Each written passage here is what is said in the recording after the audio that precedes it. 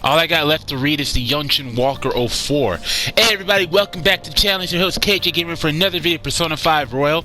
Now I didn't say this in my last video, but I've been having some pretty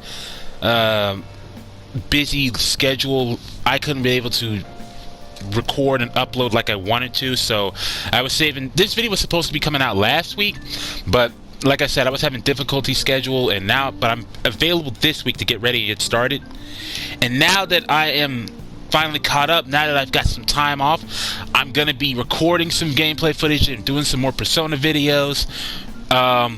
In our last video, we were dealing with a fortune teller chick that took us about 3 to 4 days to complete. That took up so much of my time, but I was able to get out the way, and I'm glad I got that dealt with. We have one more day left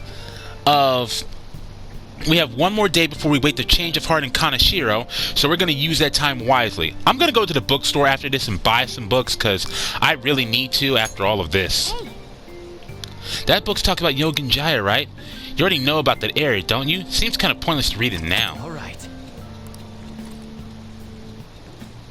Yeah, I don't have anything to read. Did you change your mind?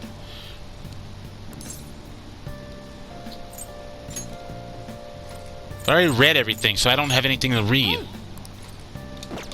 Did you change your mind? I see. I suppose we'll just sit and relax until we get there, then. Yeah, I ain't got no book to read, so I have to get one later.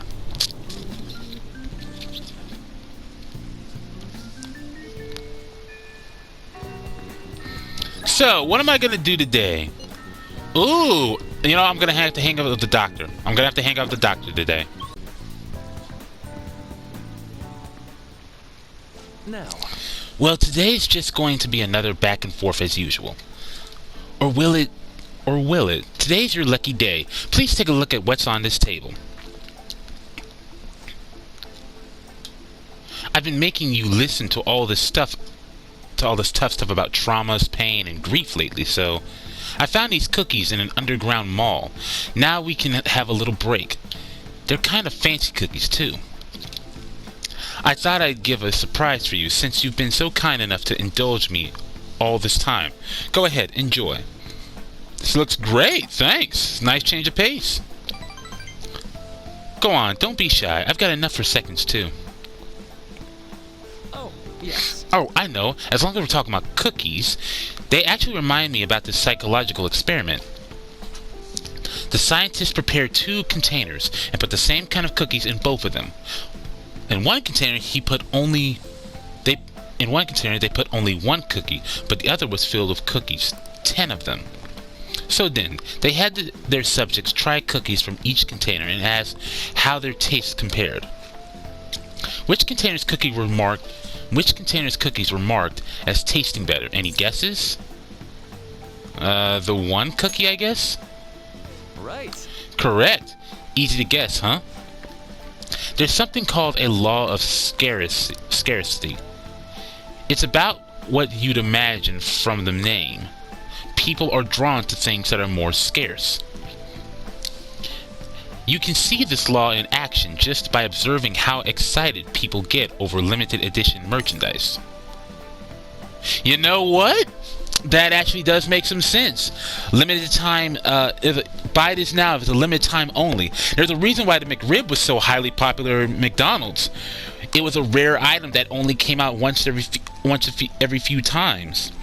When they made it a regular item on the menu, people just stopped going back to it. It was like, it's normal now. So yeah, it makes sense. You know, you're right, Doc. I know, right? Don't you think it's really fascinating? In becoming aware of scarcity, we trigger our own desires and cause a change in our cognition. He ain't wrong there. Like I said earlier, when we find an item that's rare, we want to get it. And we prioritize that and make that seem like it's above all else, priority number 1. We change everything in our we change everything and change our objectives, our mission, and our goals to finding that rare item, like you would in a video game. Not only that, the effect spreads to our senses and creates subjective observable differences in our reality. Basically, your perception can be changed by your cognition or preconceptions. It's all below the conscious level, but it's really incredible. Incidentally, now that you've heard that story, how do you feel about that idea that your conscious desires may have changed the taste of the cookie? I mean, as long as it tastes good, I don't really care. That's definitely not the usual response, but it's one I can understand. It probably sounds like an exaggeration, but something about it that seems so beautiful to me. You know, I'm also going to say this too. This is me speaking right here, not the voice over me, but the real me speaking right now. If something doesn't look appealing food-wise, if it doesn't look appealing, our taste buds, our cognition or mind would already have a negative viewpoint of the taste. So even if the taste may be good, the item that's presented toward us would change our perception. Like, if there was a food that was presented ugly or just didn't look appealing, I feel like that would change our cognitions and our taste buds completely. But if something looks appealing to us but doesn't taste right, that would change as well. So I think appeal is also worth as much as actual taste. It probably sounds like an exaggeration, but something about that seems so beautiful to me.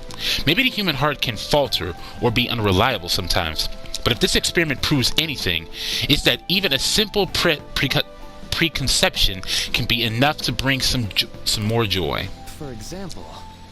For example, take that story I just told you. What if you'd eaten that one cookie and had been the best cookie of your life? Say I never revealed the trick behind it. That cookie would have remained more delicious than usual. It would have been a subjective truth in your reality. You know what? That's also true, because when going back to the McRib story, when I ate that McRib the first time, I thought it was delicious, and I thought it tasted beautiful.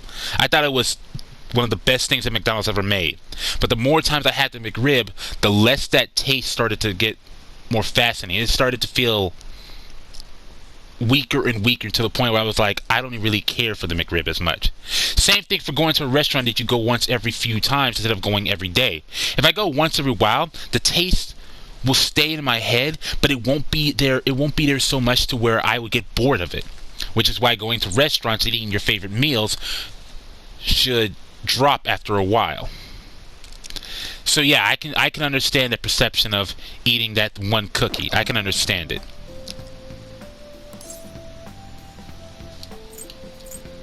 Not the truth I guess so. Right? I'm glad to hear you say that. Basically, what I wanted to say was, if this idea of preconception would be studied further and actually applied to treating people, I feel like it could help a lot of people. Maybe even more than I could help through counseling. Then again, it relies so heavily on perceptive.